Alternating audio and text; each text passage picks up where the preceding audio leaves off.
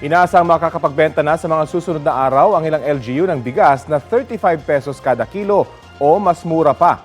Detalye tayo sa ulat on the spot ni Bernadette Reyes. Bernadette? Rafi, sa mga susunod na araw nga ay maaari nang makabili ng NFA rice sa mga pamilihan. Ito yung mga bigas na galing sa warehouse ng NFA ay maaari nang i-release sa publiko para sila ay makabili na at ito ay bahagi ng food security emergency sa bigas.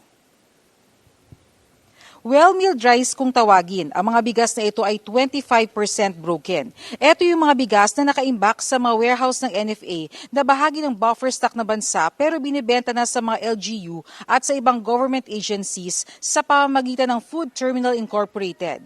Binibenta ito sa LGU o sa mga government agencies sa halagang 33 pesos at ibebenta naman nila sa mga mamimili sa halagang 35 pesos kada kilo. Pero may ilang LGU tulad ng San Juan City at Camarines Sur na hindi na raw papatungan ng bigas at sasagutin na nila ang gasto sa pagbiyahe ng mga bigas kaya ibebenta nila ito sa halagang 33 pesos kada kilo. Sa ngayon, 67 na LGUs na ang nagsabing bibili sila ng bigas. Depende sa LGU, maaaring magkakaiba rin ang sistema kung paano ito ibebenta sa publiko.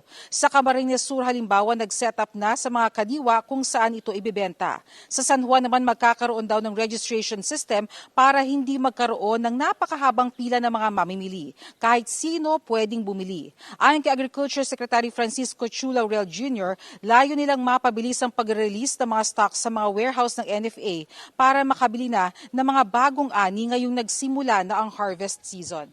Rafi, sa kabuuan ay ang target 150,000 metric tons na mga bigas mula sa warehouse ng NFA sa iba't ibang bahagi ng bansa ang layong ibenta. Rafi?